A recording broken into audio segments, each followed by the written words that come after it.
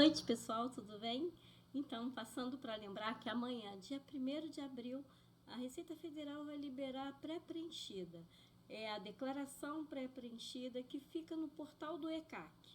E lá você vai encontrar, e nós também, na hora de fazer o nosso trabalho, de buscar essas informações e trazer para o sistema da Receita, né, a declaração, nós conseguimos puxar essas informações e apresentar elas. Lá nós vamos ver algumas outras que não foram apresentadas pelo próprio contribuinte e confirmar com ele se de fato essas informações são verdadeiras ou não.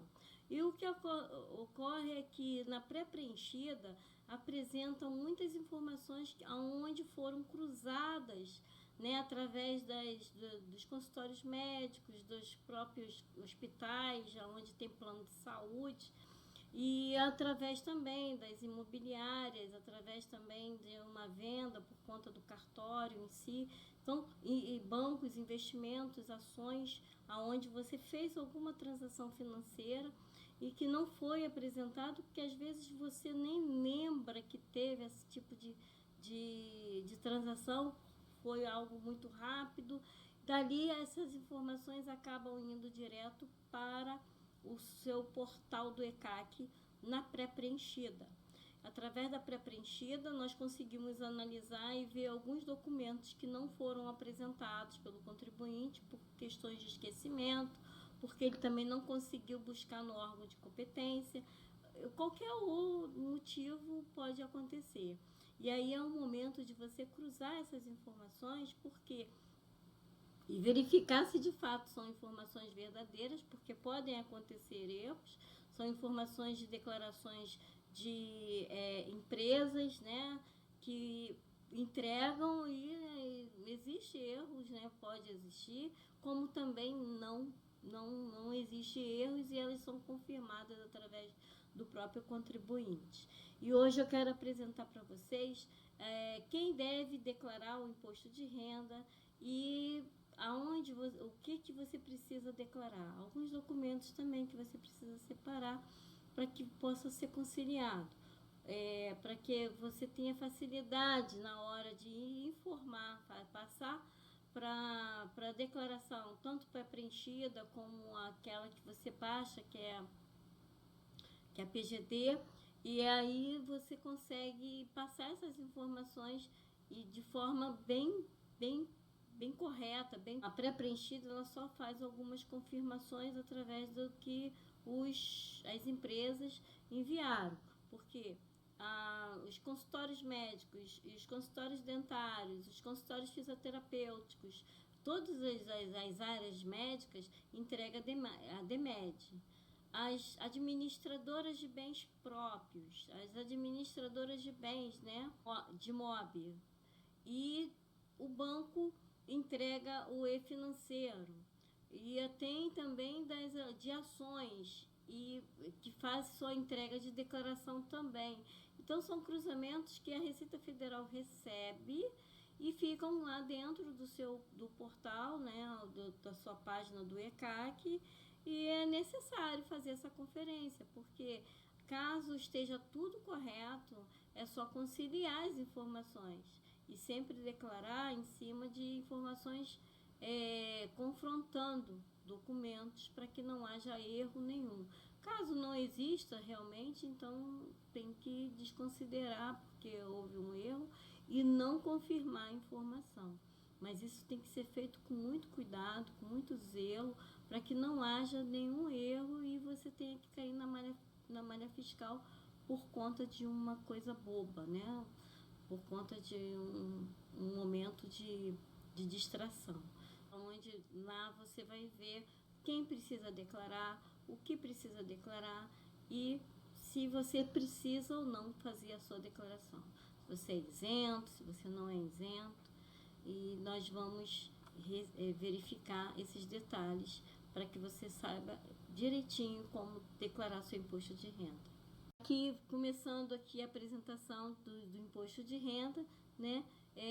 Nós vamos dar uma inicial aqui para apresentar o que é o imposto de renda pessoa física. É uma obrigação anual, milhões de brasileiros precisa fazer a declaração, né, 2025, referente ao ano calendário de 2024. Há importantes critérios que determinam quem deve declarar os documentos necessários, prazo e opções de declaração, tá? Opções também de declaração. E às vezes essa opção de declaração não é algo que você tenha que definir. O próprio sistema em si já faz o cálculo, tá? E eu vou explicar isso aqui para vocês. Nesta apresentação, abordaremos todos os aspectos essenciais para que você possa cumprir suas obrigações fiscais corretamente, evitando problemas com a Receita Federal e aproveitando possíveis benefícios com a restituição. A restituição, todo mundo quer. Então, quem deve declarar? O contribuinte que receberam rendimentos tributáveis superiores a R$ 33.888 e que teve rendimento, investiu na bolsa com soma de venda de ações superior a 40 mil, que possui em 31 de dezembro bens ou direitos de valores total superior a 800 mil em patrimônio, e que obteve receita bruta em atividade rural superior a 169.440 como atividade rural. Também devem declarar aqueles que receberam rendimentos isentos não tributáveis ou tributados exclusivamente na fonte superior a 200 mil, ou que tiveram ganhos de capital, alienação de bens e direitos sujeito à incidência do imposto. Então, esses são os que estão para fazerem a declaração. Observe que às vezes você não precisa exatamente estar dentro daquele quadro ali exato de que para fazer a sua declaração. Existem outros fatores que acabam fazendo com que você tenha que declarar. Às vezes você só teve o teu rendimento foi maior do que a tabela progressiva, 33.888. E aí quando você mas você tem outros bens, você precisou fazer investimento e teve aí um valor de soma, tá, em ações superiores a 40 mil, ou nem teve, de repente você precisou vender um patrimônio do qual teve aí foi um valor superior a 800 mil. Mas aí você tem que justificar. Pois é, né? Tem que justificar, porque você tem um patrimônio e você não tem uma renda, mas tudo pode acontecer, né, gente? Analisando muito bem, às vezes o teu patrimônio você tem porque talvez recebeu de herança, né? E tem outras informações que vão trazer aí, talvez, esse tipo de informação, né? Também deve declarar rendimentos isentos não tributados. E às vezes você é isento, mas teve um rendimento superior a 200 mil, que são os casos de pessoal que recebe lucros e dividendo também. Esses podem não ter tudo isso, não teve rendimentos tributados no ano, mas precisa declarar os lucros e dividendos de uma empresa onde ele é sócio e que talvez tenha tirado esse valor, né, aproximadamente. Então, existem outros fatores. Se você for observar, eu não sou obrigada, eu não tive um rendimento maior do que a tabela progressiva. Mas existem outros fatores que precisam ser observados, né? E algumas necessidades também do próprio contribuinte. E os documentos necessários, né? Documentos são pessoais, né? Como o CPF, do titular e do dependente, se tiver. Ou quando você faz uma declaração conjunta, né? Então precisa ter os dois. Dados residenciais e profissionais. As questões dos dados residenciais é importante porque se a pessoa mudou entre o ano passado, no ano passado, precisa atualizar o cadastro da pessoa junto à Receita Federal, né? As informações bancárias, né? Os comprovantes de rendimentos, que são extratos bancários, os pagamentos do INSS, tem pessoas que fazem o pagamento individual, né, do INSS, comprovantes de salário, férias e 13º. Provavelmente essas informações já entram no informe de rendimento da própria empresa que faz o seu pagamento anualmente. O comprovante de despesas, como saúde, educação, plano de saúde, mensalidades escolares. E comprovante de bens, compra, venda de imóveis, veículos, informes de investimento, extratos e aplicações financeiras. Uma observação, gente, é que eu tive um cliente que essa semana me perguntou se a mãe dele, por ter 80 anos, não seria isenta. Eu simplesmente respondi para ele que não, lógico que não.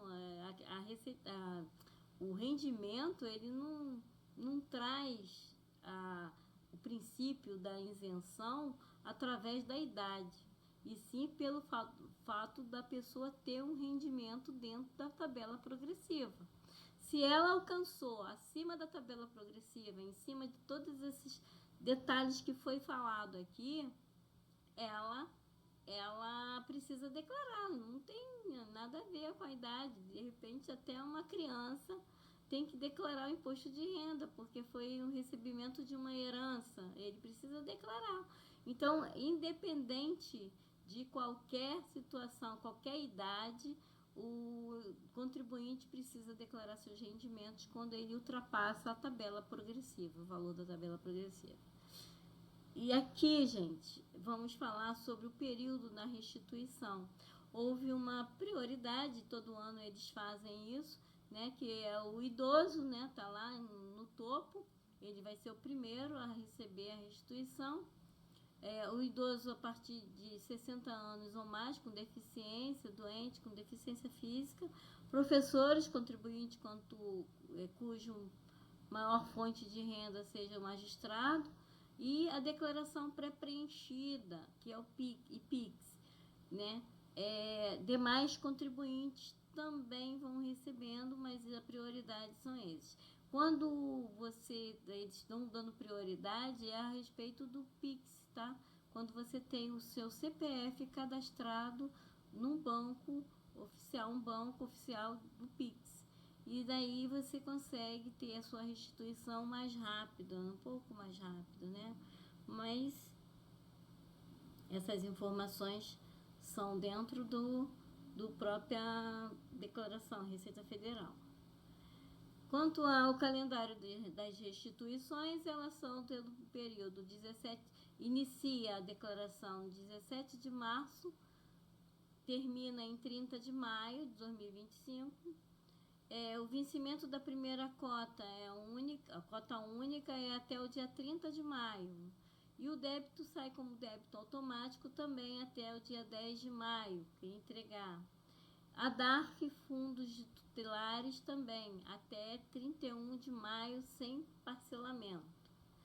Tá? As demais cotas vencem no último dia útil de cada mês, corrigidas sobre a taxa Selic para cada mês, que Selic está em torno de 11,25 ao ano.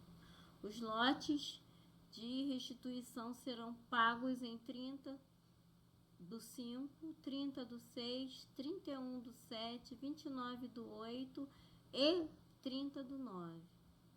Então, pré-preenchida. Vamos falar um pouquinho sobre isso? Então tá. Acesso da declaração pré-preenchida. Está disponível a partir do dia 1º de abril para o contribuinte com conta Gov. Acho meio difícil não ter, né, um contribuinte com a conta Gov. Mas é o contribuinte conta Gov BR nos níveis ouro. Precisa estar no nível ouro ou prata, tá? Senão não tem como fazer esse acesso. Preenchimento. Sistema recupera automaticamente diversas informações já enviadas à Receita Federal. Foi o que eu já falei anteriormente. E a verificação do contribuinte deve sempre checar e corrigir dados quando necessário. Benefícios disso é otimizar o tempo, reduzir erros e diminuir chances de cair na malha fina. Bom, isso depende muito de se você tiver realmente essa presteza, né, de poder analisar todos esses detalhes e ter aí a perspicácia para olhar realmente esses recibos. Quando você está fazendo para você, você sabe, mas quando você está fazendo para outro, para terceiro, é muito importante estar muito atento nesses detalhes, tá? Porque às vezes está sempre perguntando, verificando com o contribuinte, para não correr risco de colocar o contribuinte na malha. A declaração pré-preenchida é uma facilidade que ajuda a reduzir o tempo de preenchimento e a possibilidade de erros. Tal, revisar todas as informações, pois a responsabilidade pelas informações continua sendo do contribuinte. Gente, tem que ver. As declarações são dois tipos, tá, gente? De declaração, que é a simplificada, onde você tem 20% do valor em padrão como desconto, tá? Ela vem um desconto padrão de 20% sobre a renda tributável limitada a R$ 16.754,34. Passando disso, você acaba tendo que pagar, mesmo sendo no simplificado. Facilidade no processo mais simples e rápido de preenchimento. Às vezes, substitui todas as deduções legais de declaração completa. São aquelas que você consegue declarar tudo na base legal e conseguir a dedução através dessas informações quando elas estão realmente ajustadas dentro da legislação da base legal do imposto de renda. Tá? A declaração simplificada é uma opção vantajosa para quem não possui muitas despesas dedutíveis, como saúde e educação. O desconto padrão é de 20% sobre a renda tributável, limitado em R$ 16.754,34, e substitui todas as deduções específicas que seriam aplicáveis na declaração completa. Por fim, a declaração completa, ela é em torno de 2.275,08 por dependente, tá? Na completa, tem as deduções, tá? E por dependente. O valor máximo de dedução por dependente e por idade. É R$ 3.561,50 por educação, limite de educação por dependente para despesas com ensino. 100% de despesas médicas, que é a dedução sem limite para gastos com saúde devidamente comprovados. E a declaração completa é mais vantajosa para quem teve gastos significativos como dependentes em educação, principalmente em saúde. As despesas médicas são integralmente dedutíveis, sem limite de valor, desde que devidamente comprovadas. Já as despesas com educação têm limite de R$ 3.561,50 por dependente. E a completa, ela acaba sendo um pouco mais vantajosa, porque dali você pode fazer algumas outras deduções dentro da base legal, o que facilita muito, né, a declaração em si. Então, nós vimos aqui a funcionalidade da pré-preenchida, algumas vantagens e algumas observações a serem tomadas por conta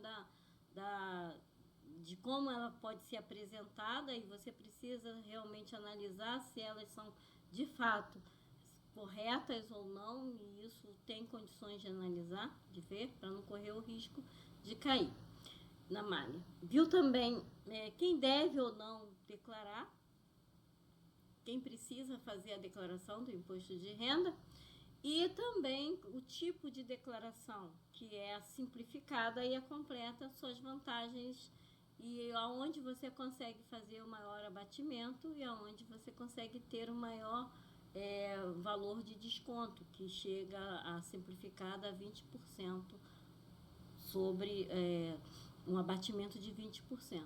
Ficamos por aqui. Algumas informações, vou deixar um e-book apresentado dentro do grupo para vocês acompanharem lá todas essas informações que eu acabei de passar para vocês. Um grande abraço e até a próxima.